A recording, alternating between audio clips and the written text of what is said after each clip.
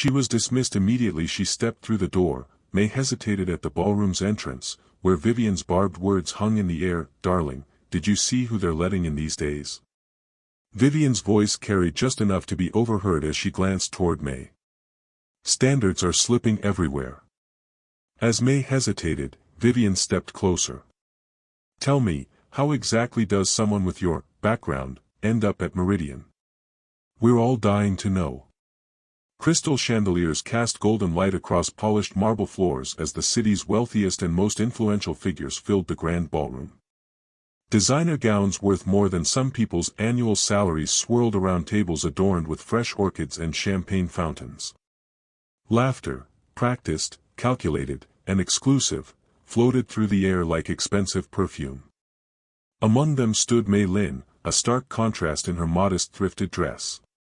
Her small hands, bearing faint scars from years of honest labor, nervously smoothed the fabric as she tried to become invisible against the ornate wallpaper. Each glance in her direction felt like a judgment, each whisper potentially about her presence in this world where she clearly didn't belong. Have you ever felt like you don't belong, like everyone's eyes are judging your every move? That sensation of being an outsider, of standing in a room where everyone else seems to know the unspoken rules while you're left guessing.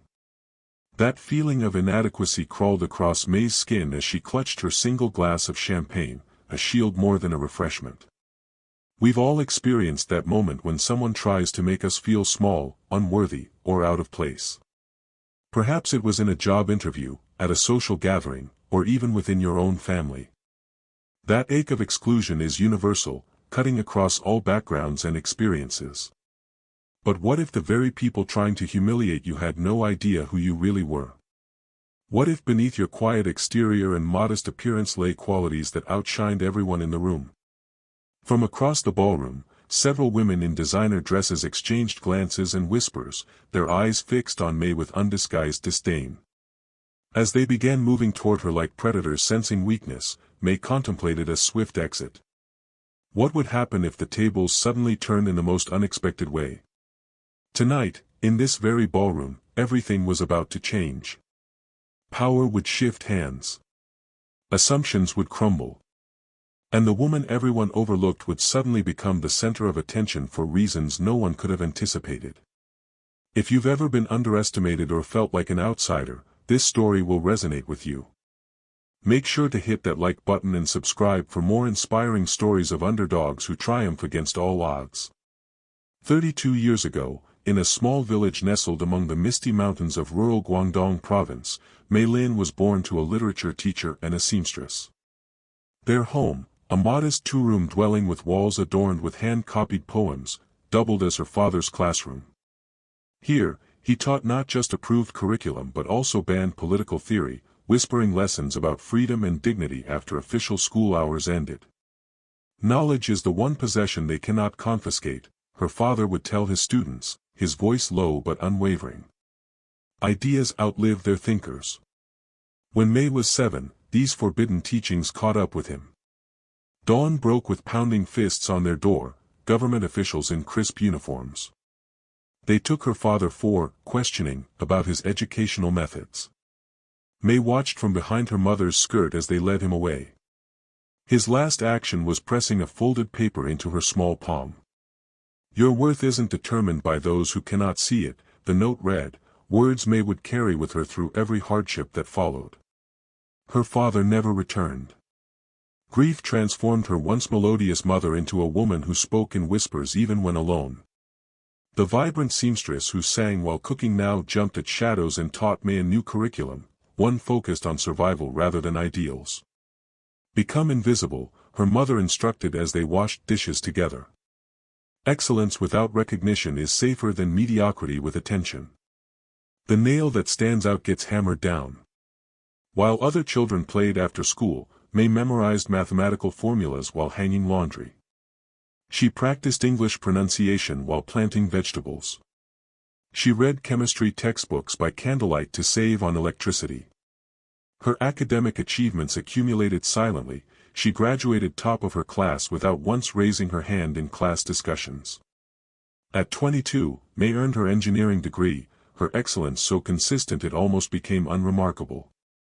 When a rare opportunity for a student visa to America appeared, her mother sold their last valuable possessions, including her wedding jewelry, to purchase the plane ticket. "Build a life they cannot take away," her mother whispered at the airport. It was the last time they embraced. May arrived in America with one suitcase, $437 in cash, and an engineering degree that prospective employers scrutinized with skepticism. "No U.S. work experience" became a rejection mantra she heard so often it lost its sting.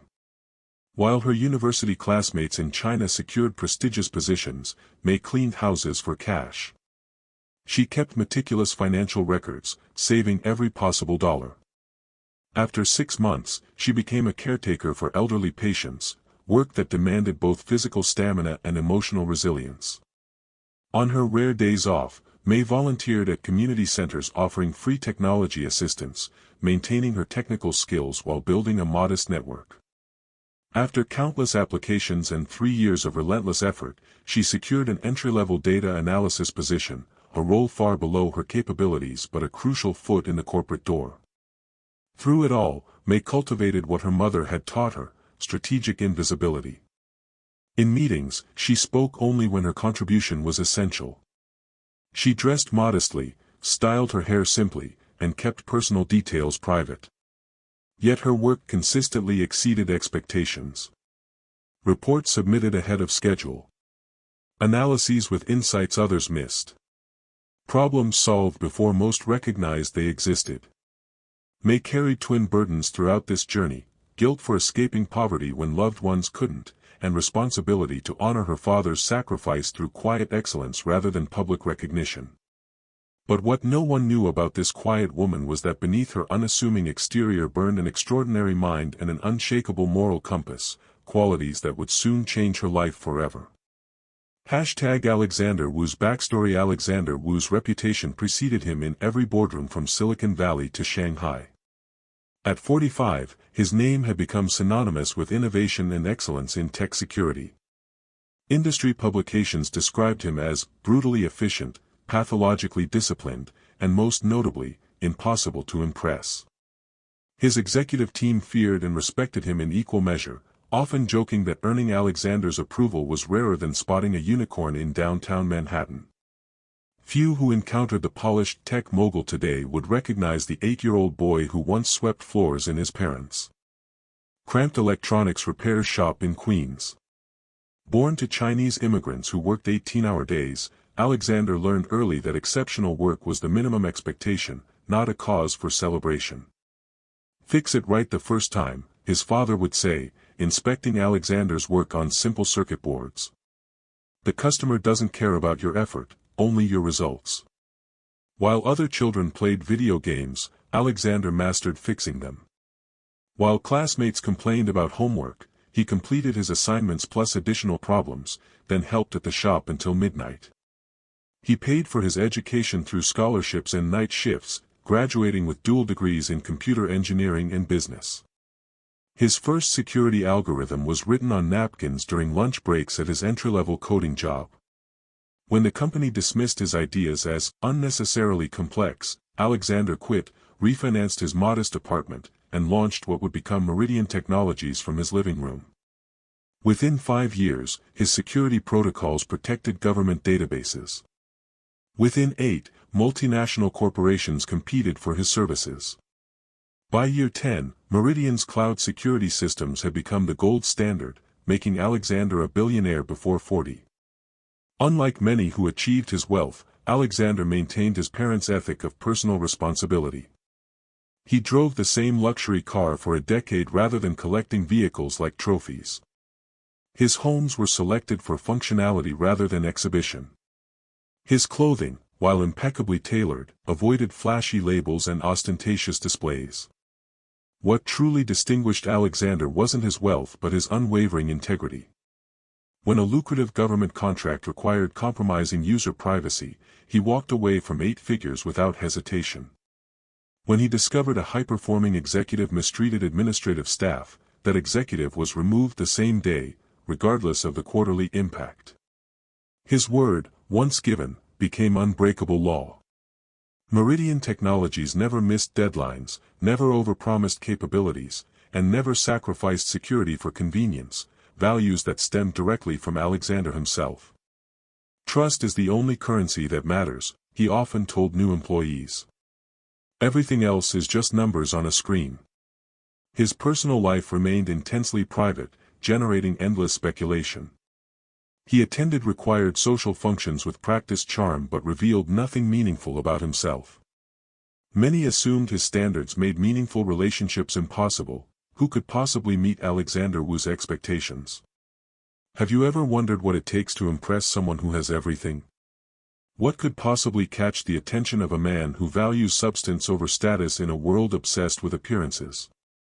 For Alexander, the answer wasn't wealth, beauty, or influence, the usual currencies of his social circle.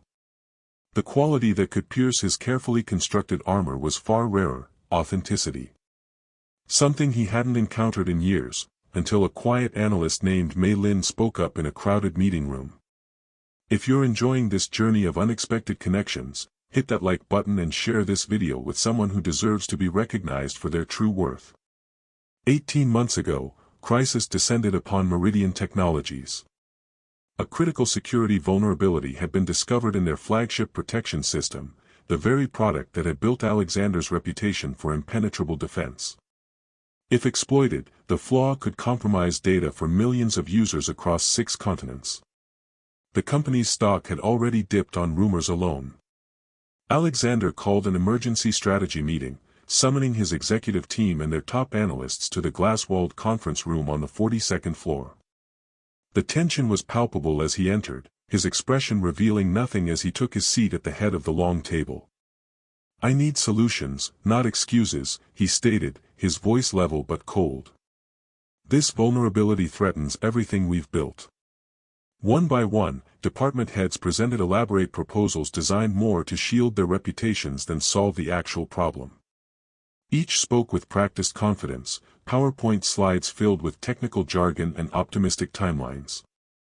"These solutions address symptoms, not causes," Alexander interrupted after the 4th presentation. "We need innovative thinking, not recycled protocols." His disappointment was evident, his patience visibly thinning. The room fell silent until a quiet voice spoke from the far corner. "The approach is fundamentally flawed," May said, eyes focused on her data rather than on Alexander. As a junior analyst brought in that morning, she hadn't been warned about Alexander's intimidating presence or the political dynamics at play. Executives exchanged alarmed glances as she continued, explaining in precise technical language why their security architecture required restructuring rather than superficial patching. Her solution was elegant, comprehensive, and would require weeks of intensive work rather than the quick fix others had proposed. That would delay the quarterly release, argued the VP of Product Development, his tone dismissive. "Better a delay than a breach," May responded simply, still not making eye contact with anyone. She added, "Reputation takes years to build, seconds to destroy." Alexander studied her with unexpected interest. "Your name?" "Mei Lin." "How long have you worked here?" 4 months, 3 days. When Alexander questioned her methodology, May defended it with clear reasoning rather than deference. When he pointed out potential implementation challenges, she acknowledged them while offering viable solutions. Not once did she yield to his authority or expertise without thoughtful consideration. In that moment, Alexander Wu encountered something his billions couldn't buy: honest feedback from someone completely immune to his status and power. Someone who saw not the billionaire tech genius but simply a colleague with a problem that needed solving. The gala set up. The grand opening gala for Meridian Technologies' new corporate headquarters transformed the Metropolitan Museum's main hall into a display of wealth and influence that bordered on excessive. Light from custom-designed chandeliers reflected off marble surfaces and sterling silver table settings. A string quartet played in one corner while white-gloved servers circulated with champagne from vineyards so exclusive they had waiting lists just to join their mailing lists. Political figures mingled with tech innovators, celebrities exchanged contacts with venture capitalists. The room hummed with the peculiar energy that exists when power concentrates, everyone simultaneously performing and observing, calculating their position in the hierarchy with each interaction. Following her security solutions success, May had been promoted twice. In 18 months, earning an invitation to tonight's exclusive event. She wore her best dress, purchased secondhand but carefully altered, and kept to quiet corners, observing the social choreography with analytical precision. Her technical expertise had earned her a place in this room, but nothing had prepared her for navigating its social complexities. Near the center of attention stood Vivian Porter, head of client relations and daughter of Alexander's largest investor. With her circle of socialite friends, Vivian commanded attention effortlessly, her designer gown, family name, and practiced charm opening doors May could barely see. "Darling, did you see who they're letting in these days?" Vivian's voice carried just enough to be overheard as she glanced toward May. "Standards are slipping everywhere." Her companions, women with family trees as old as their jewelry collections, laughed appreciatively. They recognized each other instantly through shared education, vacation destinations, and family connections. Their belonging was effortless, May's presence required explanation. The stark contrast was evident in every interaction. Around Vivian, conversations flowed about yacht purchases and private island rentals. Around May, awkward silences fell when small talk moved beyond work topics. One group displayed wealth as birthright, the other represented its creation through innovation and effort. But wealth and power operate on their own unspoken rules, and breaking into this elite circle would require more than just intelligence, it would require a kind of strength May didn't know she possessed. As the evening progressed, May found herself standing alone by a Renaissance sculpture, studying its intricate details rather than attempting conversation with groups that clearly had no interest in including her. She'd survived 18 months at Meridian by focusing on her work rather than office politics, a strategy that seemed less effective in this social battlefield. Her moment of quiet observation didn't last long. Vivian Porter, champagne flute in hand, approached with 3 friends in tow, their heels clicking decisively against the marble floor. "Well, look who's hiding in the corner," Vivian said, her smile not reaching her eyes. "The miracle worker from the IT department. Or was it accounting?" "Strategic development," May corrected politely. "How fascinating." Vivian's tone suggested it was anything but. "Love the dress. Is vintage the new trend in, wherever you're from?" Her friends exchanged glances, their smirks barely concealed. One of them looked May up and down, her gaze lingering on the modest hem of May's dress. "I'm from Guangdong province," May answered, maintaining her composure. "Oh. You must teach us how to say something in your language," another woman insisted, her enthusiasm transparently fake. "It always sounds so exotic." As May hesitated, Vivian stepped closer. "Tell me, how exactly does someone with your background end up at Meridian? We're all dying to know."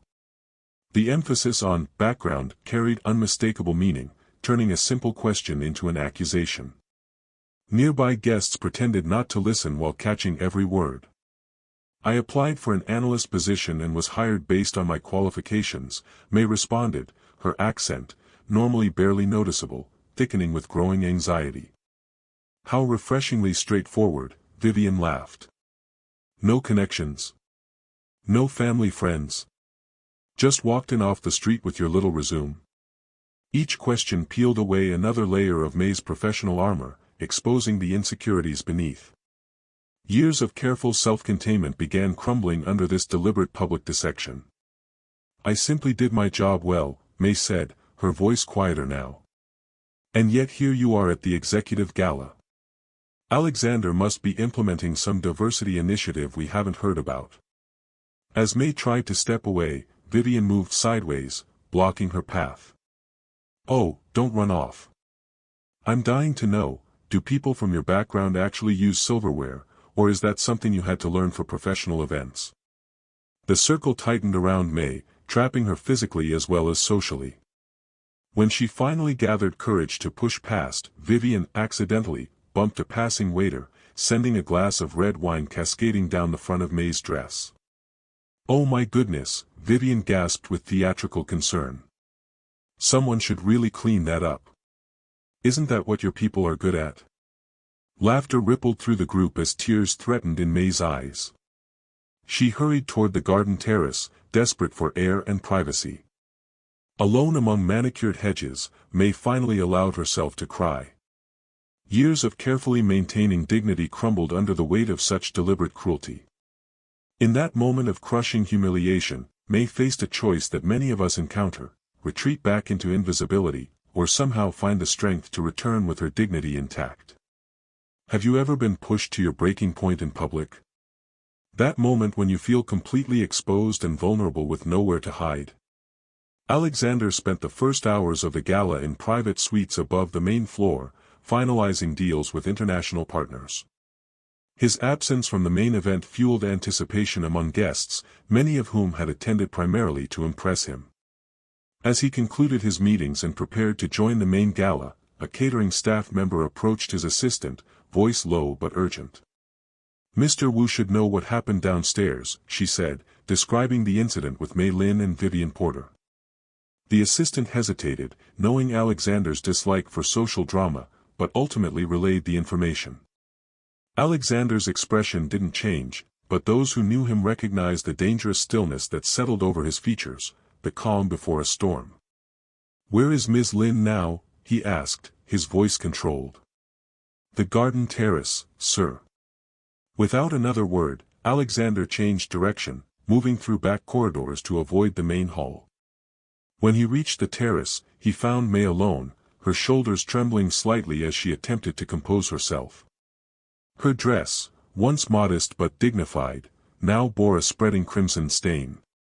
Without hesitation, Alexander removed his perfectly tailored jacket and placed it gently around May's shoulders. "Come with me," he said quietly. May looked up, startled to find Alexander Wu himself standing before her. "Sir, I should leave." "I've embarrassed myself and you've embarrassed no one," he interrupted, his voice firm but gentle. "Please, come with me." He offered his hand, a gesture so unexpected that May found herself taking it without thinking. "But my dress," she protested weakly. "Is irrelevant," Alexander finished. "What happened to you, however, is not." Alexander guided her toward the main entrance of the ballroom, his expression resolute. When May hesitated at the doorway, he paused, looking directly into her eyes.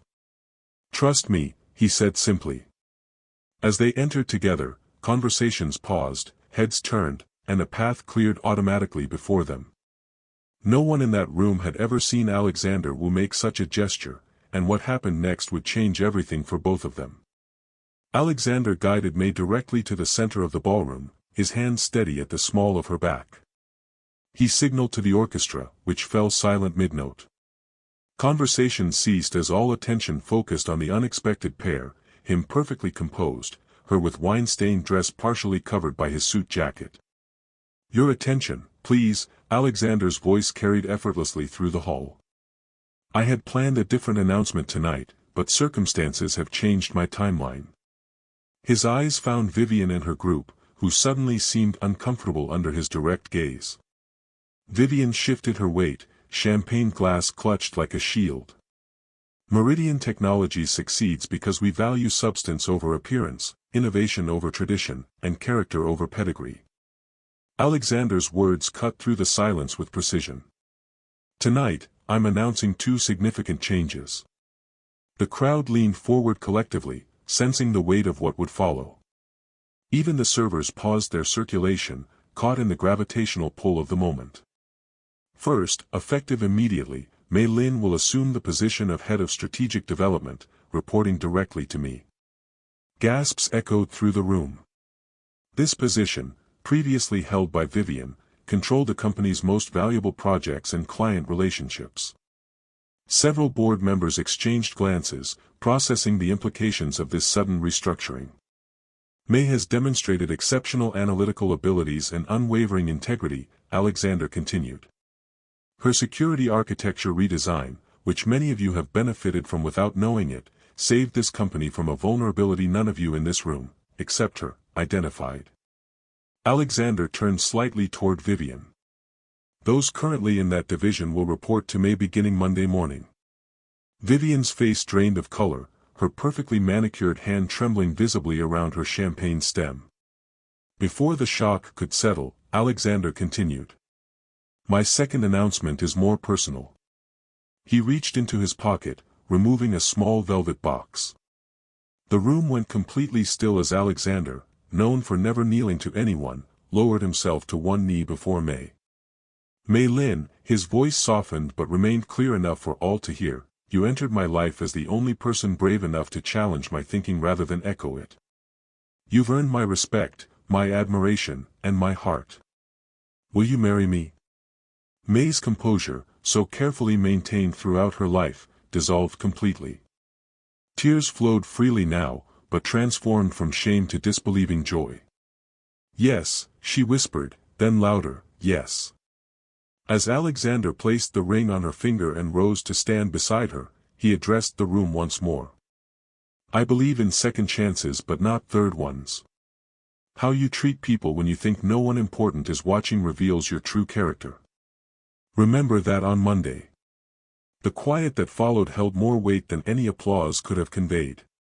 If this moment of perfect justice has you cheering, make sure to hit that subscribe button and turn on notifications so you never miss our next story of unexpected triumph.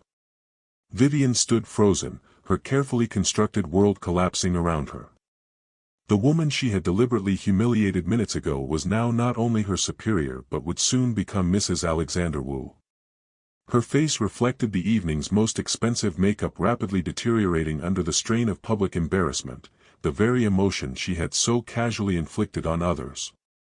As whispers spread through the crowd, May stepped forward with unexpected poise. I look forward to working with all of you, she said, her voice steady despite the tears drying on her cheeks. I don't want loyalty based on fear, just your best ideas and honest effort. Together, we'll build something extraordinary. Alexander watched with quiet pride as May transformed before everyone's eyes, her shoulders straightening, her voice finding its natural authority. The woman who had spent years making herself invisible now commanded the room's attention not through intimidation but through authentic presence. As the couple moved through the crowd, accepting congratulations from genuinely delighted well-wishers, a remarkable shift occurred in the room's dynamic. People who had ignored May earlier now competed for her attention. Conversations with her became social currency. Power had transferred not through force but through recognition of authentic value. What made their connection powerful wasn't just the dramatic reversal of fortune, but the foundation it stood upon. Alexander had found in May something rare, a partner who valued truth over comfort, substance over status. May had found in Alexander someone who saw her completely, valuing precisely what society had taught her to hide. True power isn't found in cruelty or exclusion, but in recognizing genuine worth when others fail to see it. The capacity to see beyond surface judgments and value the extraordinary in the seemingly ordinary changes not just individual lives but entire systems. If this story touched you, leave a comment sharing a time when someone recognized your worth when others didn't. And don't forget to subscribe for more real-life inspirational stories that will change how you see the world around you.